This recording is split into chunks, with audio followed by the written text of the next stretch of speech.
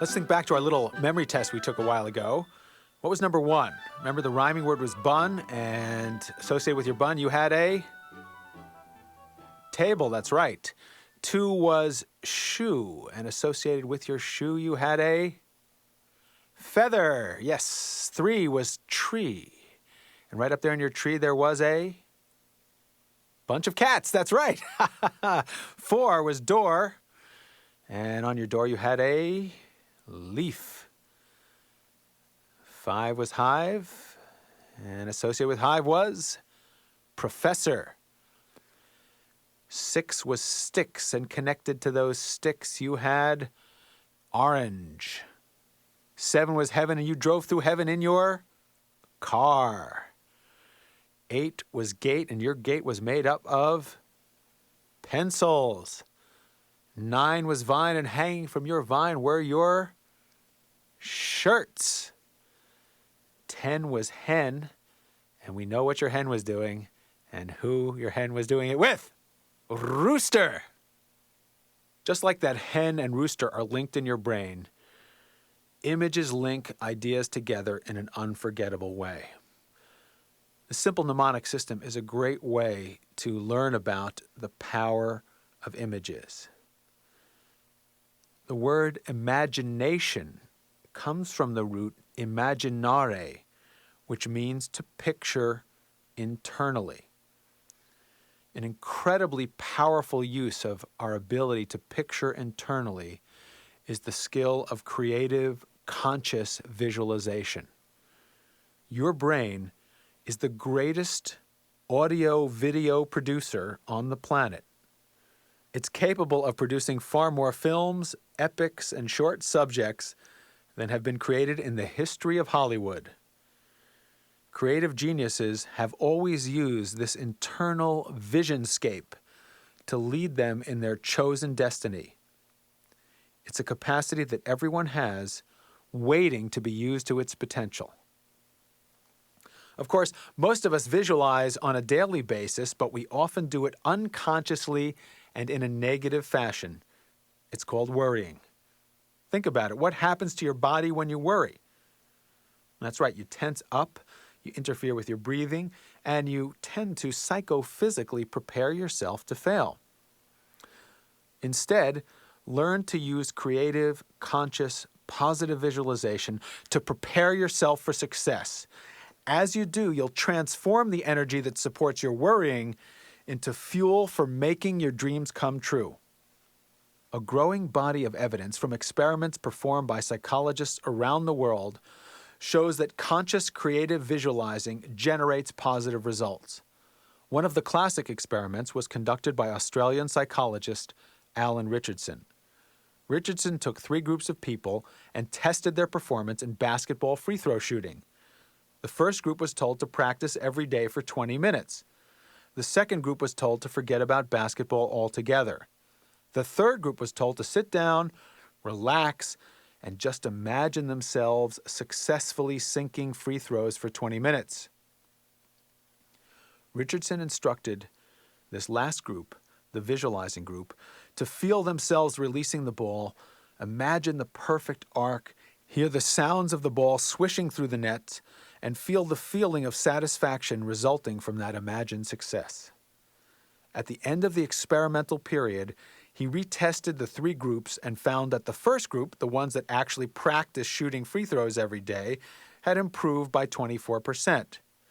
The second group, who were told to completely forget about shooting free throws, stayed the same. And the third group, the ones who just thought about it, who never touched a basketball, improved 23%. Other experimenters have replicated Richardson's results, not only in basketball free throw shooting, but also in a wide range of other activities, including dart throwing, ring tossing, skating, and karate. The conclusion is that visualization, especially when it is multisensory, can produce a marked improvement in actual performance. Almost as great an improvement as actually practicing. Visualization works because the mind and body are linked in a profoundly intimate way. Science is just beginning to understand this connection. One of the most fascinating studies was conducted by Dr. John Basmajian of Emory University. Basmajian took extremely fine electrodes and connected them to a single motor muscular unit in a person's forearm. By connecting these electrodes to an oscilloscope and an audio amplifier, Basmajian was able to record the electrocontractile pattern of each motor unit. This unit consists of one nerve cell and a tiny muscle bundle, and each one showed its own special pattern, unique from the others in both the shape of the spikes on the oscilloscope and in a corresponding popping sound recorded on the audio amplifier. Basmajian then discovered that just by envisioning it, people could change the firing pattern of each individual unit. In other words, he told them, just think about changing the pattern that's now being registered on the oscilloscope or the audio amplifier, and they were able to do it. He went on to report that most persons became so skilled they could produce a variety of rhythms such as doublets, triplets, galloping rhythms, and even complicated drum rolls and drum beats. In other words, the power of visualization can affect individual motor units and change the muscular activity around those cells. Part of what's marvelous about Basmajian's research and about biofeedback work in general is it lets us watch, lets us have sensory awareness of the processes that are taking place inside the mind all the time. Whenever you think, whenever you visualize an activity, there's a neuromuscular pattern that changes your muscle tone. It's happening now. It happens all the time. And the beauty of these biofeedback experiments is you can see how it happens in real time and then learn to change it and orchestrate it for higher performance. So, positive, conscious, multisensory visualization of excellence can actually energize the muscle groups needed to perform an action, thereby subtly tuning the entire mind and body to appropriate effort at the time of performance. Visualization is the secret of success. Anything that's ever been accomplished has been accomplished because somebody pictured it. Think about putting a man on the moon. I mean, effectively, that was a visualization that began with President Kennedy, eventually included the entire American scientific community, and ultimately all of the American people. Right? At the end of the decade, man on the moon. There's no clearer example. With appropriate discipline and dedication, that visualization became a reality. Sports provides numerous examples. One of the classics is from professional golf. Jack Nicklaus has stated that at the top level of golf, 80% of success depends on the image of excellence the golfer carries. Or in the inimitable words of Yogi Berra, 90% of the game is 50% mental. Artists from Michelangelo through Picasso visualize perfect images and then apply dedicated discipline to making those images become a reality. Michelangelo reported actually seeing the image of his sculpture alive in the stone and simply removing the unnecessary and inappropriate material until only his perfect vision remained. Listen to Picasso's reflection on the creative process. He wrote, "It would be very interesting to record photographically the metamorphosis of a painting. One would see perhaps by what course a mind finds its way towards the crystallization of its dream. But what is really very serious is to see that the picture does not change, that the initial vision remains intact." One of my favorite examples of the power of visualization is the saga of Major James Nesmith. Nesmith was an average club golfer who normally shot in the mid-90s. During a tour of duty in Vietnam, he was captured by the Viet Cong and held prisoner in a tiny cell for 7 years. Isolated from all others, he tried to keep himself sane by practicing in his mind's eye his golf game. Every day, he would imagine that he was home on his favorite country club, and in his mind's eye, he would be at the first tee. He'd imagine the weather conditions, the feel of the club in his hand. He'd look down and see that little ball there and imagine the feeling of the perfect stroke. He'd watch that ball travel through the air, see the perfect arc, listen to the little sound of it landing in the fairway. Imagine the white ball tufted up against the green grass. Day after day, he'd play full 18 holes in his mind's eye. He usually spent 3 or 4 hours in this exercise of visualizing golf. And he found it kept him sane. It was relaxing. It was fun.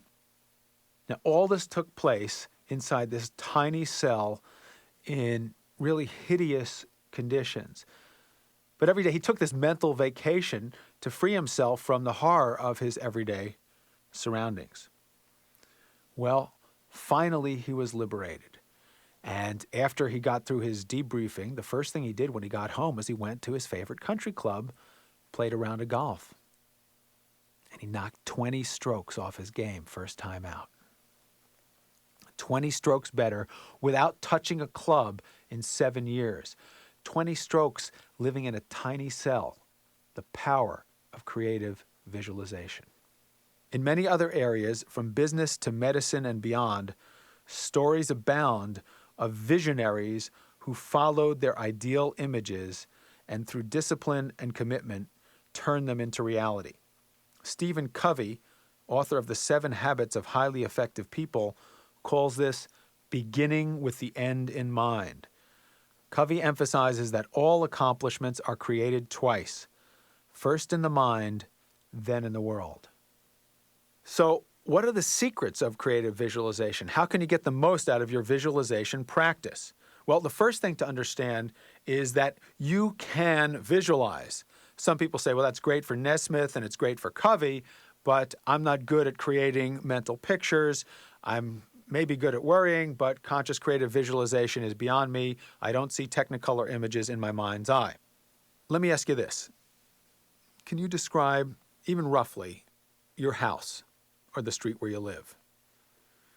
What about your car? Could you tell me vaguely what an elephant looks like? How about an apple? Obviously, you can. These images are stored in the occipital lobe of your brain. And the occipital lobe acts as your own personal biocomputerized archive, storing billions of images with the potential to create billions more. Some folks naturally see these images vividly, while others find that their mind's eye doesn't conjure up clear pictures. The important thing to understand is that the benefits of conscious visualization practice accrue even if you just do what you call thinking about your desired goal without seeing technicolor images in your mind's eye. So the first point to understand is that everybody can visualize. The ability to picture a desired outcome is built into your brain, and your brain is designed through millions of years of evolution to help you succeed in matching that picture with your performance.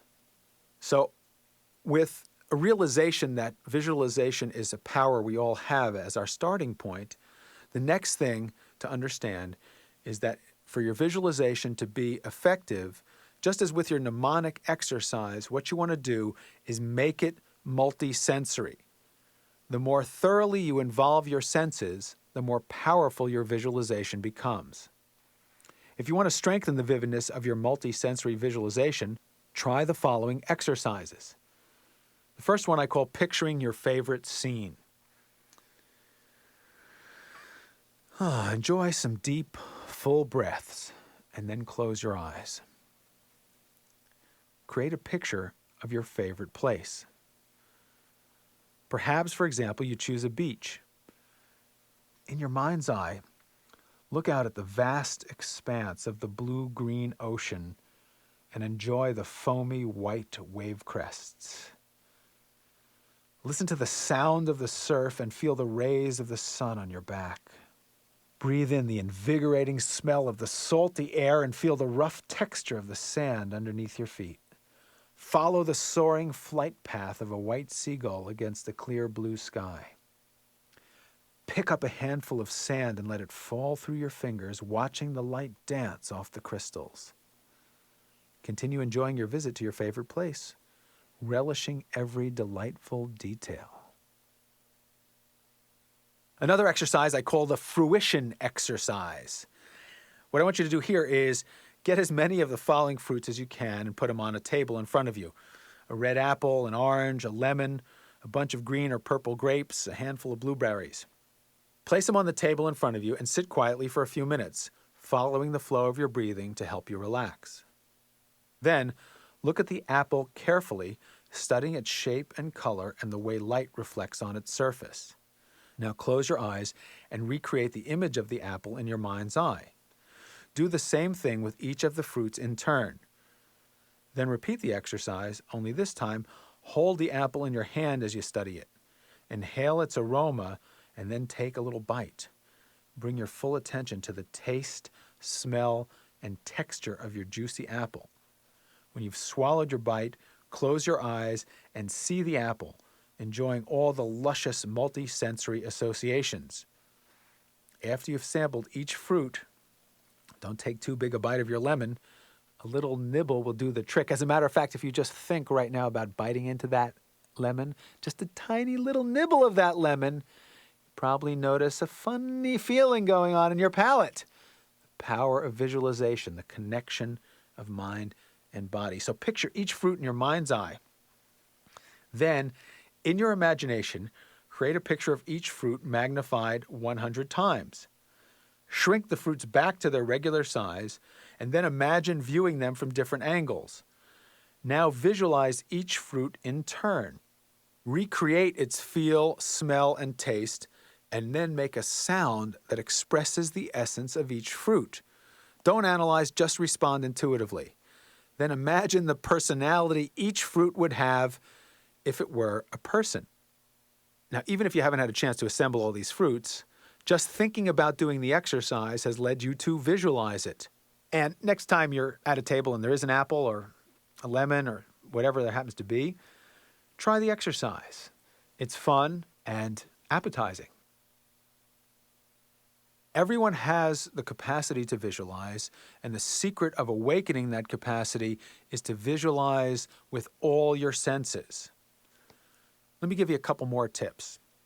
One is to visualize outside in and inside out. What I mean by that is that, let's say you want to visualize, do creative conscious visualization practice on your ballroom dancing. Let's say you're working on a routine for a competition. Visualize yourself from the outside in. In other words, imagine you're one of the judges watching you and your partner dance. Go through your whole routine from the perspective of the judges. Then do it inside out. Imagine it's you on the dance floor, seeing what you would see, feeling what you would feel, hearing what you would hear as you go through your routine. Visualizing outside in and inside out gives you a total perspective on developing your performance in any activity. The next tip is to make sure you keep your visualization positive. When you're practicing creative conscious visualization, you may find that worries, doubts, and some negative images arise. No big deal. Focus on keeping your visualization positive. If negative thoughts or worries arise, just acknowledge them. No big deal. And now emphasize the positive. Emphasize the positive. The secret is not to focus on the negative and worry about your worries. It's just to create the image of what you want to create. So keep your visualization positive. See yourself succeeding. Yes, I feel fear. Yes, I might be worried. Yes, this could go wrong. And I'm committed to success. And this is what my success will look like. This is what it will feel like. This is what it'll taste like. Multi-sensory images of success. Keep it positive. It's also really important to distinguish between fantasy and visualization. It's really fun to fantasize about being a great leader, athlete, or a millionaire, but fantasizing is not the same as visualizing. A fantasy doesn't require conscious attention, and it's not as focused or energizing as a visualization. Visualization is conscious work. Of course, your fantasies and daydreams may plant the seeds for your visualizations, but dreams only become real as the result of work that takes place first in your mind and then in the world. The last point is, just like any other skill, you've got to practice creative visualization. Whatever it is you want to learn, whatever it is you want to achieve, well, you've got some kind of picture of it in your mind right now. What you want to do is refine and develop that picture. Unless you're already an acclaimed master in this field, you probably have some gaps and fuzzy points in your visualization.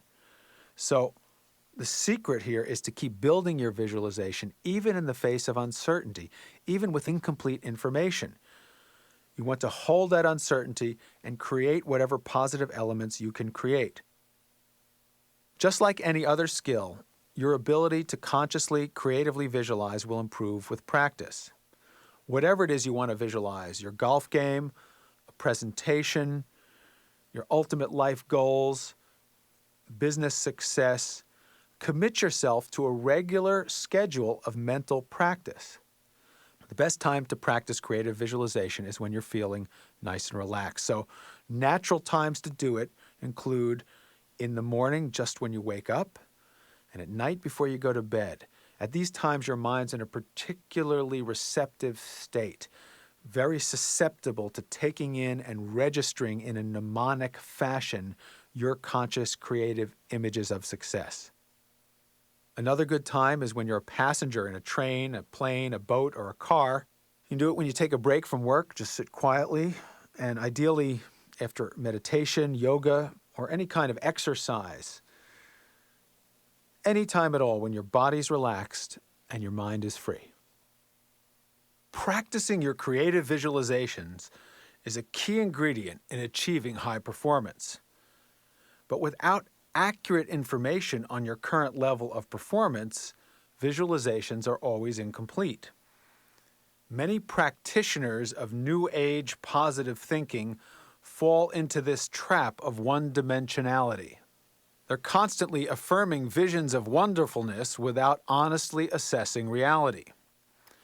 They use visualization and affirmations as an escape from reality rather than as a tool to improve it.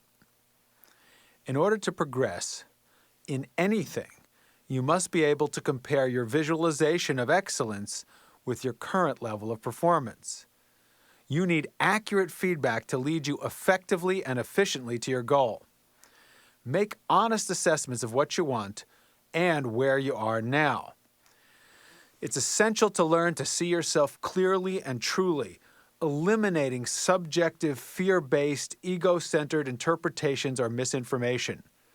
The potential energy between your present status and your goal creates a positive and dynamic tension which, when you allow it, will naturally manifest itself in achievement. A lot of people have difficulty getting this necessary, accurate information for the following reasons. First of all, subjectivity. We live inside ourselves, so it's difficult to view ourselves from the outside. In my seminars on presentations, for example, I use video feedback as a training tool. Many of my students are really amazed to discover the discrepancy between their perceptions of what they were doing and the truth that the video reveals. One of the things I like to point out to them is, well, that's true. What you do and what you think you do are different. You can see it on the video. And what if we had a videotape of you all the time? Well, that discrepancy might exist the whole time, so it's something to think about. We're subjective, and we need all the objective information we can find. Another problem is habit. Our habitual ways of acting and perceiving lock us into limiting patterns which start to feel normal. Frederick Matthias Alexander, the creator of the Alexander technique, called this syndrome debauched kinesthesia. Alexander observed that when we experience a new, superior, or more natural behavior, it often feels unnatural because our more practiced habitual patterns have become normal. In other words, right feels wrong because wrong has become normal and assumed to be right. One of my favorite examples of this is people who habitually slouch. If you help them to stand really upright in a nice, balanced, relaxed way, they will swear to you that they're falling over. So we've talked about subjectivity and habit, but the other main factor in preventing us from getting accurate information is fear. Because even if accurate information is available, fear often prevents us from utilizing it appropriately. Many folks grow up with the idea that mistakes are bad, and they link their self-esteem with continued successes. So they become afraid of making mistakes. In order to achieve success, they tend to steer clear of areas which might lie outside the apparent realm of their natural talent. In this perverse equation, the secret of success becomes avoiding failure, leaving much potential untapped. This negative thinking pattern can create a self-fulfilling prophecy which undermines learning and creativity. Creative geniuses know that it is essential to ask, how can I get the most from every mistake I make? Targeted by visualization, the tremendous capacity of your brain is unleashed by embracing the process of trial and error. In the words of multidimensional genius Buckminster Fuller, the human brain is a trial and error mechanism. Of course, Fuller used the word error to describe a process designed to ensure success. Fuller emphasized that to achieve full expression of our creative power, we must continually experiment, focusing equal attention on successes and failures. The path to accelerating and enjoying the creative process requires us to see success and failure as equally instructive and valuable. It's useful to view any learning experience as a fascinating, never-ending journey from a starting point toward your continually evolving goal of excellence. Sometimes, despite our best efforts, we all find ourselves stuck on a plateau or even seeming to get worse. These points in the creative process, inevitably experienced by everyone sooner or later, are big danger points. These are the times when frustration can lead to feelings of hopelessness, despair, and fundamental inadequacy, causing people to give up. In every country, every language has its own phrases reserved for this particular point in the learning process. Classics include, "I can't do it." "See, I told you I was no good." "I knew it was impossible." "I've never been very good at this sort of thing. Perhaps I should try something else." "I stink." "I'll never get this." "Either you've got it or you don't, and I don't," and so on and so forth ad nauseum. If you find yourself at one of these points in your learning or life, instead of negative mantras, try saying, "How fascinating," when confronting a mistake, error, or apparent failure. When you say "how fascinating," you're giving a signal to your brain, here's an interesting opportunity for us to apply our creative genius. Here's a chance for us to solve a problem. Here's a chance for us to learn something new and improve. You wake up and activate that tremendous learning power. When you say, "I can't," "I told you I was no good," you're shutting down the biocomputer. You're reaching behind and clicking the off button. When you say, "How fascinating," you're turning your power on. In order to reach your full potential for creative intelligence, you must accept and then transform anxiety and fear, relentlessly seeking accurate information on your performance. What you used to think of as criticism can now become a gift for constructive growth.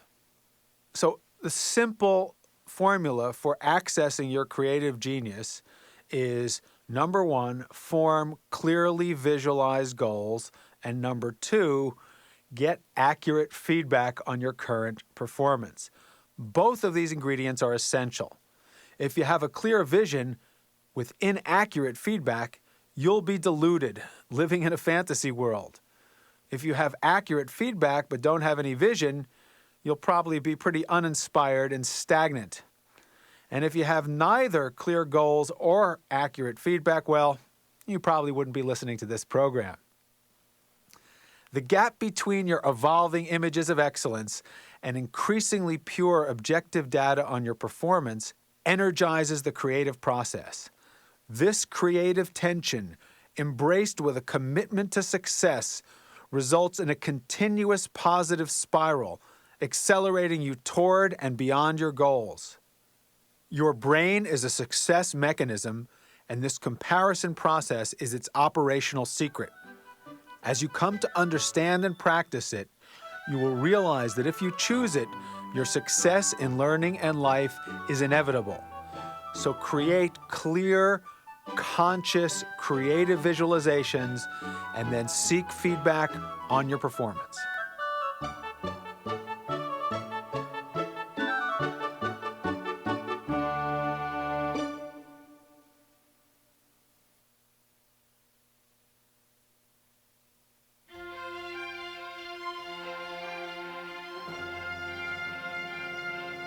Learning to juggle is a marvelous way to explore your attitudes to and strategies for learning. I worked my way through graduate school by working as a professional juggler. But at first, learning how to juggle wasn't so easy, mostly because of the instructions given to me by my first coach. I saw this fellow juggling, and he was brilliant. I went up to him and asked him to teach me, but it turned out that he wasn't as good a coach as he was a juggler. What he said to me was this. He said, "Take these 3 balls, throw them up, and don't let any of them drop." I really struggled because I earnestly tried to follow his instructions. But every time I dropped the balls, I realized I was failing. I got really tense and stiff and made myself pretty miserable. After a while, I figured that there's got to be a better way. So I made one up. I call it the juggling metaphor method. It's a process for learning how to juggle, which you can also apply to learning anything you want to learn as well as you can. Understanding your own learning process and knowing how to accelerate it is a primary key for putting your creative genius to work. So, let's have some fun and learn how to juggle. I'll take you through the juggling metaphor method. All you'll need is 3 balls, bean bags, fruit will do fine, although you might get a little bit of fruit juice around the floors of your house. I'll assume that you have tennis balls just because they're pretty easy to find. So what I want you to do is start by just playing with 1 ball. Just toss it around, get used to the weight of it, how it feels in your hand. Obviously, if you're driving your car, you won't be able to juggle, but you can just imagine going through this learning exercise and then try it when you get home. So you're tossing the ball around, throw it high, let it bounce. Many top professional jugglers actually create their new routines through 1 ball play. Now that you become a little bit comfortable tossing 1 ball around, I want you to imagine what we call the juggler's box. It's a box of space right around the front of your body. The bottom plane of the box is at about the level of your navel. Your hands are going to rest on this bottom plane, elbows in close to your body. The top of the box is about 6 inches above the top of your head. The ball from your right hand is going to go to a point slightly to the left of center of the top of the box, such that when you throw it up and it hits that point, it'll land in your left hand. The ball from your left hand is going to go to a point slightly to the right of center of the top of the box, such that when you hit that point, the ball will land in your right hand. So the next exercise is to visualize the juggler's box and then imagine tossing the ball back and forth from hand to hand. It goes up to the top of the box, hits the required point, lands in the other hand. So in your mind's eye, consciously, creatively visualize that 1 ball juggling pattern, and then if you actually have a ball with you, go ahead and practice it. If your throws don't land near your waiting hand, don't go diving after them, just let the ball drop. Then pause, take a deep breath, and reinforce your visualization of where you want your throws to go. Monitor your posture, balance, and breathing, focusing on releasing the ball consistently with minimal effort. As you incorporate the mechanics of 1 ball juggling, you'll soon discover a pleasing, easy rhythm. Keep your eyes focused softly at the apex of the ball's flight. In other words, at the appropriate point at the top of the box. This allows your peripheral vision to take in all the information you'll need to juggle accurately. Keep your eyes softly focused and your hands will automatically adjust to the appropriate receiving position. There's no need to look at your hands, as your kinesthetic sense provides a reliable guide to their location. Besides, if you try to look at your hands when you come to do 2 or 3 balls, your head might fall off. Another tip is to discover your catching reflex and let it work for you. Have you ever had somebody toss you something when you didn't quite expect it, and all of a sudden, boom, you just caught it without even thinking? This catching reflex is a natural ability which emerges when we're not worried about trying to catch. In the early stages of your juggling, keep your attention on the quality of your throws and let catching take care of itself. Now, at this point, you know everything you need to know to be a masterful one-ball juggler. And the good news is that juggling 2 or 3 requires doing exactly what you've done with 1 sequentially. Now, some people say, well, who cares about juggling? I don't really want to learn how to juggle. I hope you're not one of them, but just in case you are, I want to share this thought. The point here is to focus on the metaphor of juggling. What we're really after here is a process of learning about learning. So by following along with me in this juggling exercise, even if you don't learn how to juggle, you're going to learn a lot about how to learn. So just pretend you wanted to learn how to juggle, and you may surprise yourself because once you learn, it's a lot of fun. Okay, now that you've mastered one-ball juggling, we're going to do 2. So start with 1 ball in your right hand, 1 ball in your left. Very simply, what you're going to do is take the ball in your right hand and throw it up to the top of the box. When that ball from your right hand hits the top of the box, you're going to release the ball from your left hand up to the top of the box. So you're going to throw 1, 2 in staggered timing with the balls going up to the top of the box. Don't even think about catching them. Just go for perfect throws, easy balance, make sure you're breathing, practice throwing the 2 balls up and letting them drop. The next step is to throw the 2 balls and let the first throw land in your hand. After that, you throw the 2 balls, let them both land in your hands. After a little bit of practice, you'll find that if you don't worry too much about catching, but instead focus on throwing the balls to the points at the top of the box, keeping your eyes softly focused, the balls will start landing in your hands.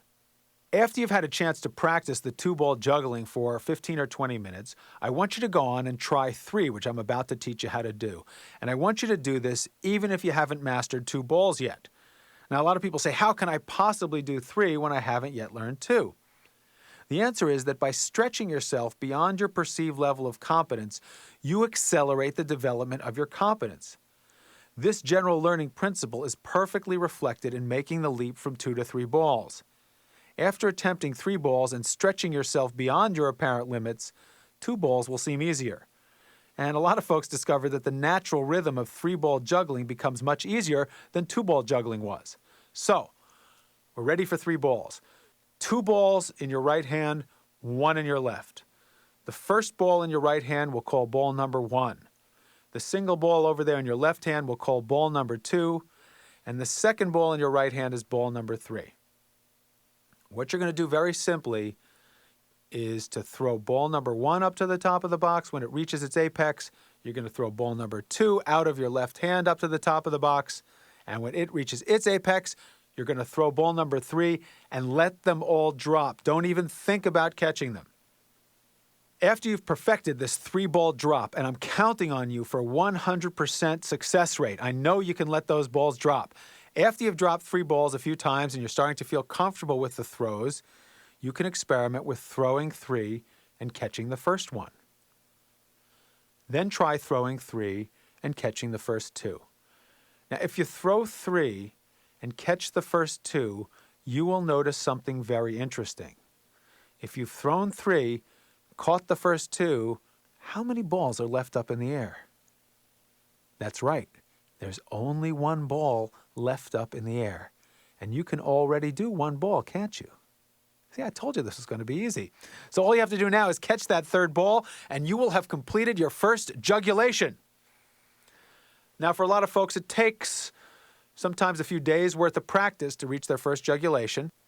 The main thing I want you to have accomplished at this point is to let the 3 balls go out of your hands in a smooth, easy rhythm and let them drop.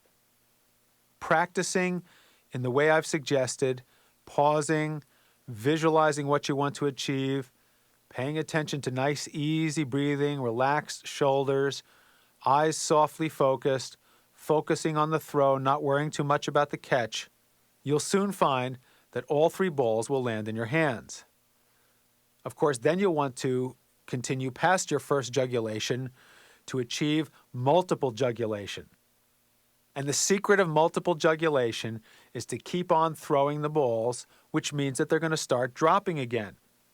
If you find that you're getting stuck or frustrated, pause, take a few conscious breaths, refresh your visualization, and carry on.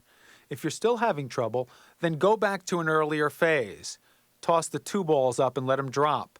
Practice with 1 ball for a while. Then forge ahead and go back to 3.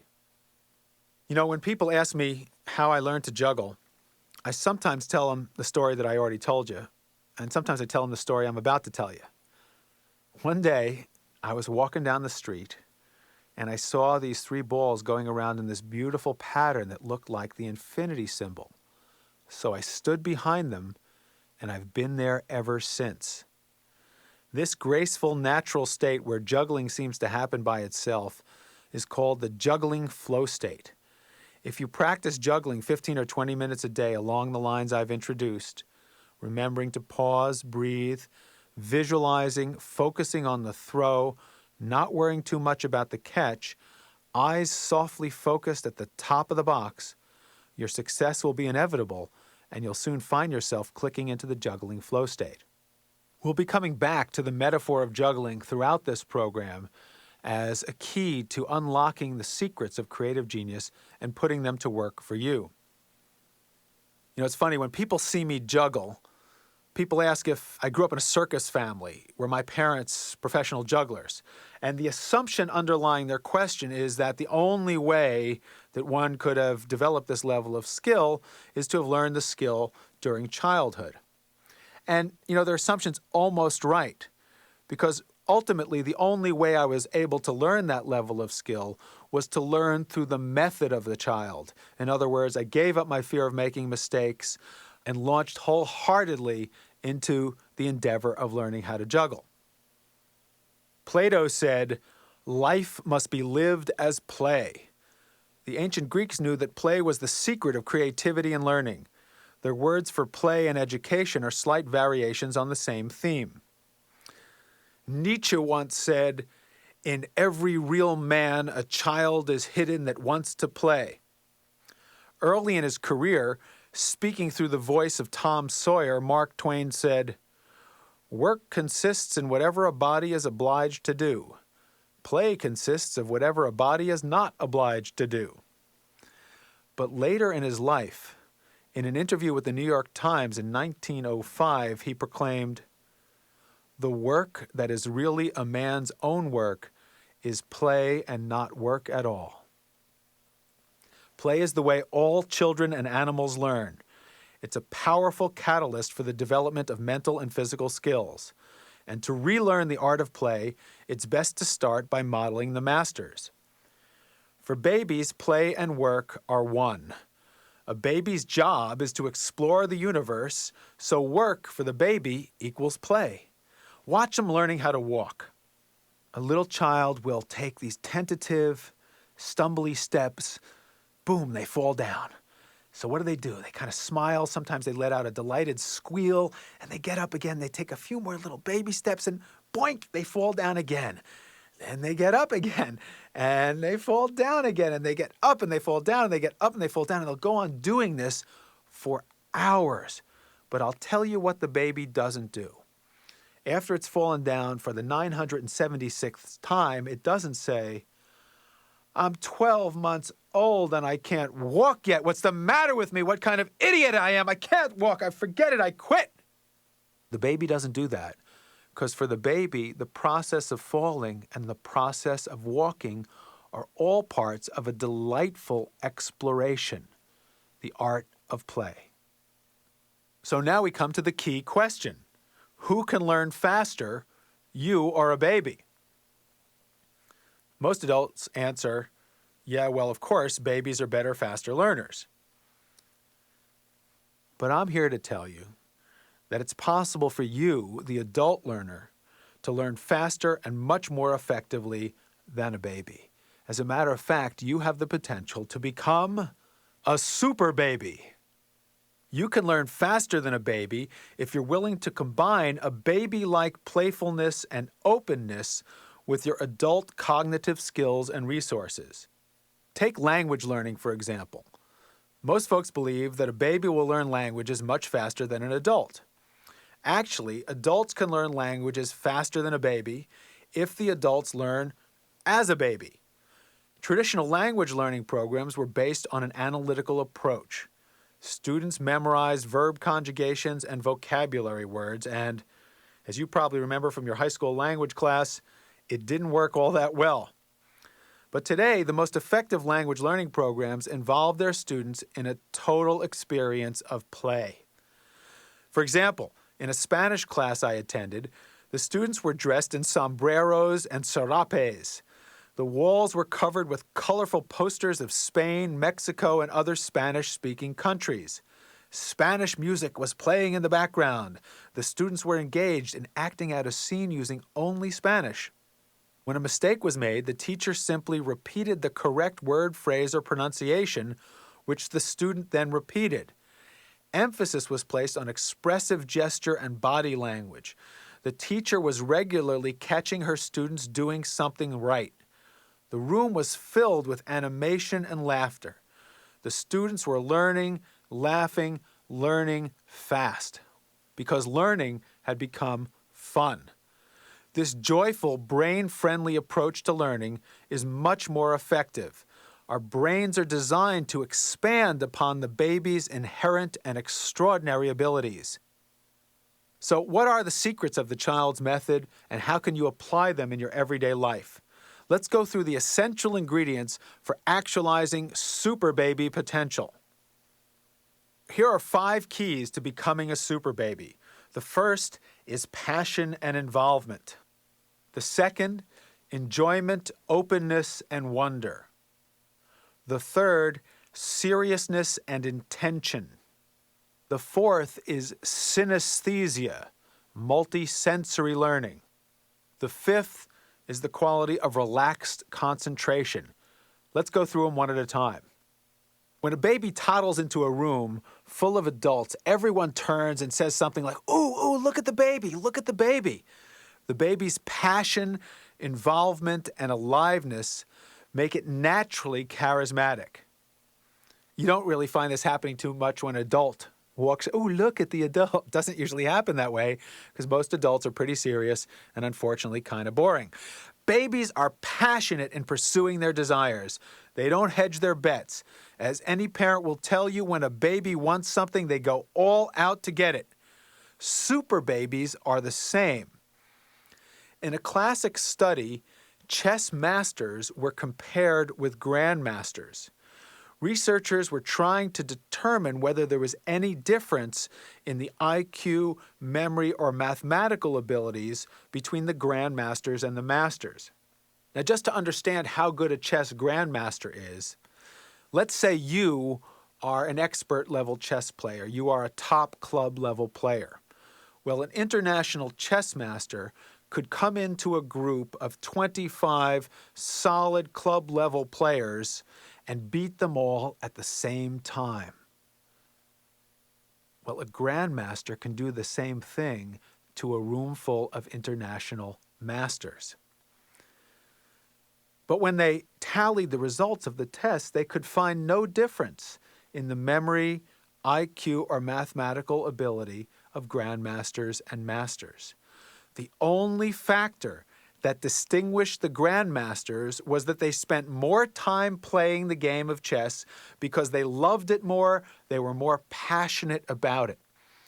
I've been lucky enough to meet and become good friends with Grandmaster Raymond Keene, the greatest chess author who's ever lived. He's the chess columnist of the London Times. And Raymond's been playing chess and thinking about it since he was 4 years old. We were at dinner recently, and he dropped something and bent down to pick it up. And when he came back up to the table, he said, "Where are we? Whose turn is it? Whose move is it?" Like my friend Raymond, find a healthy passion in your life and nurture it. Be a force of nature. Play with all your heart and passion. Along with that passion, babies show and super babies demonstrate a sense of enjoyment, openness, and wonder. Psychiatrist Erich Fromm emphasizes that creative learning requires the capacity for wonder. He writes, "Children still have the capacity to be puzzled. But once they are through the process of education, most people lose the capacity of wondering, of being surprised. They feel they ought to know everything, and hence it's a sign of ignorance to be surprised or puzzled by anything." For babies and for super babies, the delight of discovery is its own reward.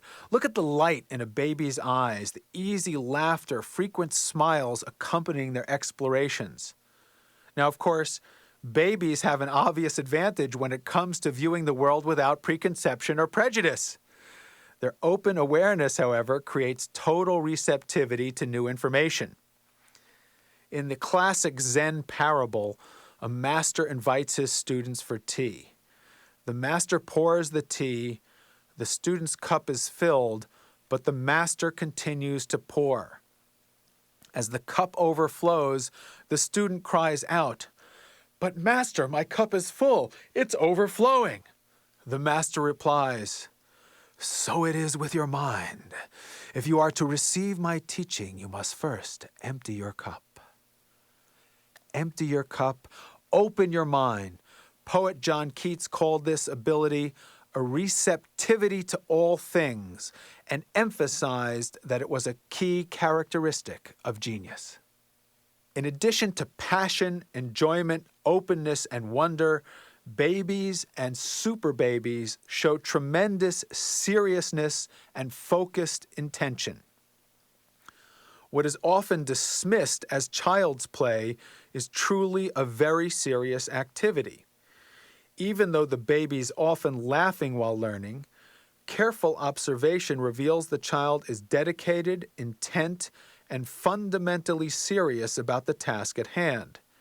Adults often comment that children have short attention spans, but what they really mean is that children don't necessarily attend to adult priorities. When engaged in pursuing their own agendas, children's power of attention is prodigious. In many of the organizations I work with, people tell me that they're afraid to be playful for the fear of being dismissed as not serious. They point out that a tense and miserable demeanor gives others the impression that hard work is being done. Instead, work smart. Over-seriousness is a warning sign for mediocrity and bureaucratic thinking. People who are seriously committed to mastery and high performance are secure enough to lighten up, create an environment where it's safe to be serious about the importance of play. As the pre-Socratic philosopher Heraclitus said, "We are most nearly ourselves when we achieve the seriousness of the child at play." Another aspect of the child's approach to play and learning is the practice of synesthesia. Synesthesia means the merging of the senses, a multi-sensorial approach to the environment. It's been a hallmark of genius throughout history. Albert Einstein, Nikola Tesla, Gustave Flaubert, Frank Lloyd Wright, Isadora Duncan, Henry Moore, Auguste Rodin, and many others cultivated this gift. Babies naturally use this multi-sensory capacity where color is equated with sound, rhythm with shape, taste with touch, and sight with feeling. Because synesthetic observations can seem bizarre, these abilities tend to be restricted. When the little child says, "Oh, mommy, mommy, listen to that big red flower," and mommy says, "That's silly, flowers don't make any noise," the child learns, okay, I better stop thinking this way. You can improve your memory, creativity, and enjoyment of the learning process by cultivating synesthesia. Experiment, for example, by describing the texture, sound, and color of a perfect three-ball juggling pattern. Synesthesia goes hand in hand with our fifth principle, the principle of relaxed concentration. If you put your hand on a baby's back, you can feel the energy flowing through its entire being. You can sense their wholeness. Babies move without unnecessary tensions. Their spines lengthen as they crawl, sit, or stand. Babies' relaxation in action gives them extraordinary strength and resilience and explains why they rarely injure themselves when they fall down so much. Relaxed concentration is our birthright. As we unlearn unnecessary patterns of tension, it reemerges, and with it, a growing ability to play with enthusiasm and joy. Relaxed concentration is so important that I've devoted a major segment of this program to it, which we'll come to a little bit later. We've talked about the super baby qualities of passion, enjoyment, openness, wonder, seriousness and intention, synesthesia, and relaxed concentration. And there's one more thing I want to add, and that's the importance of practicing unconditional self-acceptance. Many adults give themselves a very hard time when trying to learn something new. They internalize the views of their worst critics and berate themselves ruthlessly for the slightest mistake. You know, if we treated our children the way we treat ourselves, they'd never learn how to walk or talk. Can you imagine saying to a 2-year-old, "Stop falling down, you spaz. Get up and walk straight or don't walk at all"? Scientists have begun to demonstrate that infants need love in the form of cuddling and soothing encouragement as a fundamental requirement for healthy brain development. Love is the greatest fuel for the process of learning. If you watch a baby learning to walk or talk, chances are your heart opens and you naturally offer your love. When you were a baby, your parents were responsible for nurturing your learning process with unconditional love. They did the best job they could, given the limitations of their own upbringing. Now that you're a grown-up, who's responsible for developing your creative genius? That's right. You're responsible for nurturing your own learning process. Begin by giving yourself the love and encouragement you would give to a baby. With self-acceptance as your point of departure, seek an accurate awareness of your current reality. Set ambitious goals, visualize them coming true, and enjoy the tension between your goals and reality. Bridge the gap with joyful, serious play. The human embryo has a tremendously long gestation period. Human children have tremendously long childhoods. As a species, we're able to spend unusually long periods of time with our children. All of this allows an unlimited number of behavioral options to be built into the developing brain. Nature's gift for exploring our options and realizing our potential is the most delightful, serious, and important of all human activities, play. In his groundbreaking studies of self-actualizing individuals, Abraham Maslow observed that these extraordinary people possessed a quality he termed second naivete. If you study older people who've maintained their passion for life, you'll find a sense of wonder, curiosity, irreverence, passion, and involvement. And many of them are bald, just like babies. The Bible says, "Lest ye become as little children, ye shall not enter the kingdom of heaven." If you're willing to rediscover the openness, freedom, and passion with which you were born, I believe you'll find heaven on earth.